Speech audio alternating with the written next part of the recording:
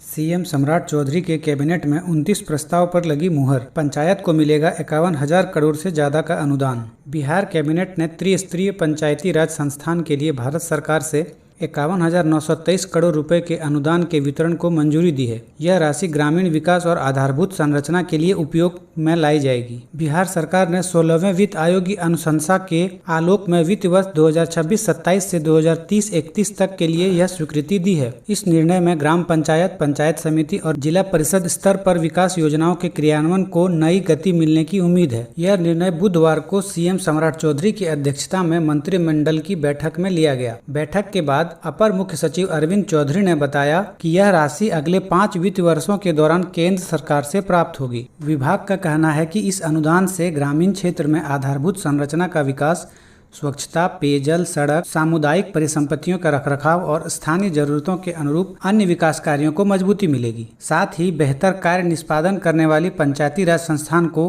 निष्पादन अनुदान का भी लाभ मिलेगा, जिससे पारदर्शी, जवाबदेही और सुशासन को बढ़ावा मिलेगा। बिहार में मुजफ्फरपुर समेत उत्तर बिहार में अगले 2 दिनों तक भारी बारिश का अलर्ट। मौसम विभाग ने अगले 2-3 दिनों तक भारी बारिश, तेज हवा और वज्रपात का अलर्ट जारी किया है तथा किसानों को एल नीनो के प्रभाव के चलते कम अवधि का धान और वैकल्पिक फसल बोने की सलाह दी गई है। प्रशासन ने भी आम लोगों से सावधानी बरतने और बाहर निकलते समय छाता, रेनकोट तैयार रखने की अपील की है। इस साल जून के महीने में सामान्य से करीब 40% कम बारिश दर्ज की गई है, जिससे खरीफ फसल की बुआई पर असर पड़ा था। हालांकि अब हो रही बारिश से राहत मिलने की उम्मीद जताई जा रही है। रोजगार न मिलने पर बिहार सरकार देगी बेरोजगारी भत्ता। बिहार में VBG रामजी योजना लागू। विकसित भारत ग्रामीण रोजगार एवं आजीविका गारंटी अधिनियम बिहार में लागू हो गया है, जिसके तहत अब श्रमिकों को 125 दिन का रोजगार मिलेगा। इस योजना को लेकर विशेष कार्यक्रम गुरुवार को पटना के अधिवेशन भवन में आयोजित किया जाएगा। इसकी अध्यक्षता ग्रामीण विकास मंत्री श्रवण कुमार करेंगे, जिसमें विभागीय अधिकारी और कर्मचारी की उपस्थिति रहेगी। इस दौरान केंद्रीय ग्रामीण विकास मंत्री शिवराज सिंह चौहान के हाथों तिरुपति में होने वाले शुभारंभ कार्यक्रम का लाइव प्रसारण भी होगा। पूर्व के मनरेगा के स्थान पर लागू इस नई योजना के क्रियान्वयन को लेकर बिहार में लगभग सभी तैयारी पूरी की जा चुकी है। इस योजना के लिए राज्य बजट में भी भारी भरकम राशि का प्रावधान किया जा चुका है। मंत्री श्रवण कुमार ने बताया कि इस योजना के लिए केंद्र सरकार ने 6,715 करोड़ रुपए का अंतिम बजट निर्धारित किया है। यह राशि आगामी 9 महीने के लिए है। इस योजना के लागू होने के बाद अब श्रमिकों को वर्ष में 100 के बजाय 125 दिन का रोजगार मिलेगा। श्रमिकों की मांग के बाद 15 दिन में रोजगार उपलब्ध नहीं कराने पर उन्हें बेरोजगारी भत्ता का भी प्रावधान किया गया है। बिहार में बड़ा प्रशासनिक फेरबदल, 102 सर्कल ऑफिसर और 23 एक्साइज अधिकारियों का ट्रांसफर। बिहार सरकार ने अंचल अधिकारियों का एक मुश्त तबादला किया। राज्य और भूमि सुधार विभाग की अधिसूचना के अनुसार अधिसंख्य अंचलों में नए अधिकारी तैनात किए गए हैं। मद्य निषेध और उत्पाद विभाग के 23 अधिकारियों का भी तबादला किया गया है। इसमें 3 सहायक आयुक्त, 5 मद्य निषेध उपायुक्त कार्य शामिल हैं। विभाग ने इसकी सूचना जारी कर दी है।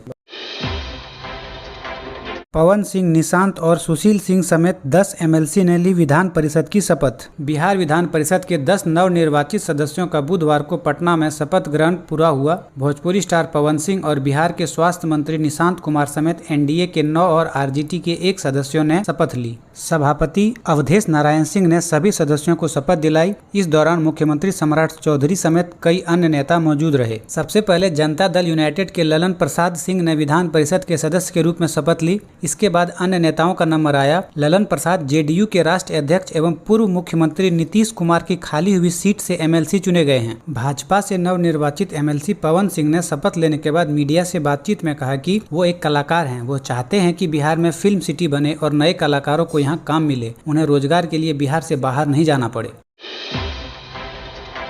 बिहार के सरकारी कर्मचारियों के लिए जरूरी खबर, छुट्टी लेने के बदले नियम। जानिए क्या है रूल। इस नई व्यवस्था के मुताबिक अब सरकारी कर्मचारियों से छुट्टी के लिए ऑफलाइन आवेदन नहीं लिया जाएगा। अब इसके लिए उन्हें ऑनलाइन ही आवेदन देना पड़ेगा। सामान्य प्रशासन विभाग की तरफ से दिशा निर्देश भी जारी कर दी गई है। बता दें कि सरकारी कर्मचारियों को CL, EL समेत किसी भी तरह की छुट्टी के लिए पोर्टल या फिर मोबाइल ऐप का ही इस्तेमाल करना पड़ेगा। किसी भी हाल में ऑफलाइन आवेदन स्वीकार नहीं किया जाएगा। HMRS मोबाइल ऐप के जरिए सरकारी कर्मचारी छुट्टी के लिए आवेदन कर सकेंगे। साथ ही जो भी विभाग के संबंधित अधिकारी होंगे वे ऑनलाइन छुट्टी ही अप्रूव करेंगे। सामान्य प्रशासन विभाग की तरफ से यह स्पष्ट कर दिया गया है कि 1 जुलाई से यह व्यवस्था पूरे राज्य में लागू कर दी जाएगी। इसके लिए HMRS मोबाइल ऐप को डाउनलोड कर रजिस्ट्रेशन करने की सलाह दी जा रही है। आज से आगे हर बार सरकारी कर्मचारी ऑनलाइन ही छुट्टी के लिए अप्लाई कर सकेंगे। बिहार के 18 जिलों में खुलेंगे नए केंद्रीय विद्यालय, 12 जिलों में जमीन फाइनल हो गई है। बिहार के 18 जिलों में केंद्रीय विद्यालय खोलने के लिए केंद्र सरकार ने अनुमति दी है। राजस्व एवं भूमि सुधार मंत्री दिलीप जायसवाल ने इसे लेकर जानकारी शेयर की। इन सभी जिलों में बिहार सरकार केंद्रीय विद्यालय के लिए जमीन भी देगी। जानकारी के अनुसार 12 जिलों में जमीन उपलब्ध कराई गई है। 6 जिलों में अगले कुछ महीने में जमीन उपलब्ध कराई जाएगी। मंत्री दिलीप ने राजस्व विभाग के सरकारी कर्मचारी और उनके अधिकारियों को साफ निर्देश दिया है कि वे अपने जिले में केंद्रीय विद्यालय के लिए उपयुक्त भूमि का चयन कर उसे जल्द से जल्द शिक्षा विभाग या केंद्रीय विद्यालय संगठन को दें। बिहार के सीतामढ़ी में ग्राहक बनकर आए बदमाश पिस्तौल तान के लूटे 1.5 लाख रुपए। रीगा थाना क्षेत्र के अनहारी में बुधवार शाम को अपराधियों ने दिन दहाड़े फिल्मी अंदाज में लूट की वारदात को अंजाम दे दिया।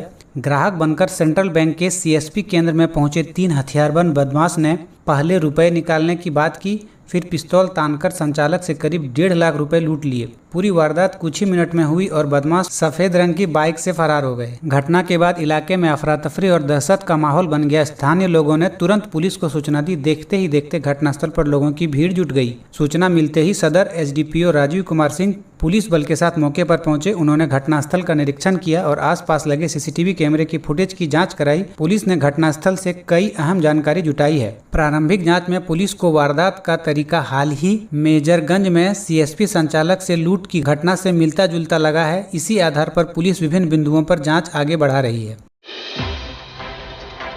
बिहार के मुजफ्फरपुर में ASI 8000 घूस लेते गिरफ्तार। निगरानी टीम ने उन्हें रंगे हाथ दबोचा। निगरानी टीम ने साहिबगंज थाना क्षेत्र के राजेपुर OP में तैनात ASI मुन्ना यादव को 8000 रुपये रिश्वत लेते रंगे हाथ गिरफ्तार कर लिया। यह कार्रवाई बिहार में भ्रष्टाचार के खिलाफ चलाए जा रहे अभियान के तहत की गई, जिसमें पुलिस महकमे में हड़कंप मच गया। निगरानी ब्यूरो के अधिकारियों ने ASI को हिरासत में लेकर पूछताछ शुरू कर दी है। आवश्यक कानूनी प्रक्रिया पूरी होने के बाद उन्हें विशेष निगरानी अदालत में पेश किया जाएगा। जानकारी के अनुसार एक स्थानीय व्यक्ति से किसी मामले को रफा दफा करके तथा केस डायरी में मदद करने के नाम पर ASI मुन्ना यादव ने 8000 रुपए की रिश्वत मांगी थी। पीड़ित ने इसकी शिकायत पटना स्थित निगरानी अन्वेषण ब्यूरो से की थी। शिकायत मिलने के बाद निगरानी टीम ने मामले का गुप्त सत्यापन कराया और जांच में रिश्वत मांगने की शिकायत सही पाए जाने पर विशेष धावा दल का गठन किया गया।